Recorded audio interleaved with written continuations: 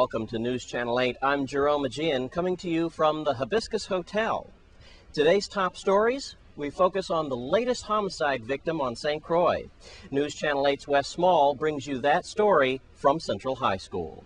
Identified homicide, the latest homicide victim on St. Croix. His name is 41-year-old Malik Felix from Estate Montbijou. Why I'm standing here at Central High School to tell you about this latest homicide victim's name, and I have a disgruntled parent next to me, you're getting ready to find out in a few seconds. Now, we now know, and I also told you before the weekend, that the 16-year-old boy that was involved in the shootout with Malik Felix is a Central High School student. Right now, this parent just gave me a call to come up to Central. We have a chaotic situation here. Her son has been told to go home for the day. Several students. Now, he's in the Montbijou area. The 16-year-old, he's from Ginger Thomas. What is going on? We don't know. All we're getting to do is getting called, say, come get your kid, and then come back tomorrow at 3 o'clock. Nobody's giving no explanations, whatever. My son has been penalized for a day and a half of school for what we don't know. They're not giving out any explanation as to why you have to come and get them or anything. What we're talking about is a potential situation that could actually turn into a potential riot between kids from Strawberry area and Montbijou. Yeah. Is this what we're talking about? I guess so. We don't know because they're not giving out any explanation. Not only was your son sent home from Montbijou, but other parents were told to come get their kids from the Ginger Thomas area. Is that right?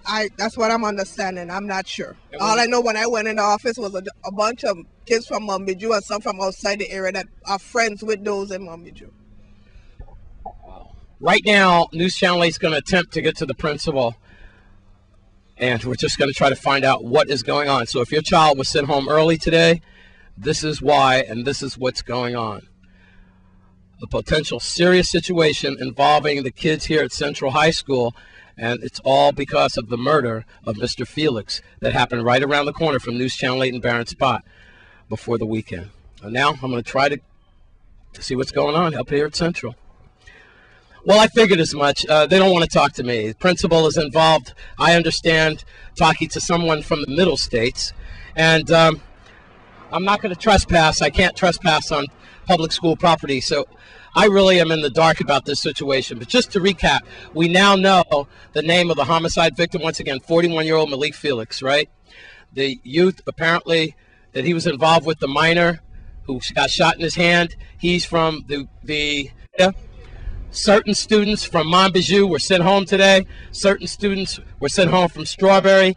Has not been confirmed because they're not talking to me here at Central, but we do know that they do have disgruntled parents, as you heard from this young lady who is next to me, that they are concerned about the safety of their children and why they have to pull their children, leave their jobs, and come pull their children off a learning experience. So we'll just have to keep you posted on this. If we don't get anything by tonight, Jerome, then we'll try to have an update on this story tomorrow. For now, that's all we know here at Central High School. I'm Wes Small for News Channel 8. Back to you, Jerome. And in other stories, we are all recovering from the aftermath of that primary Saturday night. News Channel 8's Wes Small brings us more on that story. Well, the aftermath of our primary election 2008 is just being felt over the territory. I'm here now with Supervisor, Board of Elections, John Abramson, Jr. And first of all, before we get to anything else, John, how did the primary election go for us? Well, the primary went extremely smoothly. I think everything went well. We had no major problems whatsoever. The issue was one of those where we're concerned about turnout. I think based on the analysis we did quickly over the weekend, we were at our normal traditional turnout level, so that wasn't any lower than any other particular time. So in retrospectively, I think everything went well. There is some fine-tuning we'll do based on the primary run for the general election, but all in all, I think that it was executed pretty well. All right. Well, that takes care of that, and I believe 20 to 30% you said is the norm for a primary election, plus maybe a non-gubernatorial. Is that about right? That's correct, and we were right a little above the 25% range. So we did pretty fair in terms of what we were traditionally supposed to be doing. All right. Now we're going to get into casting of the ballots. That was supposed to take place today. Yes, we have postponed casting of ballots based on the fact that the number of a number of races in the primary election can be affected by the outcome of the absentee ballot pool. In the St. Thomas St. John district, we have 140 walk-in absentee ballots to be counted and 50 that were mailed. The final date for that 50 to be counted will be on September 23rd.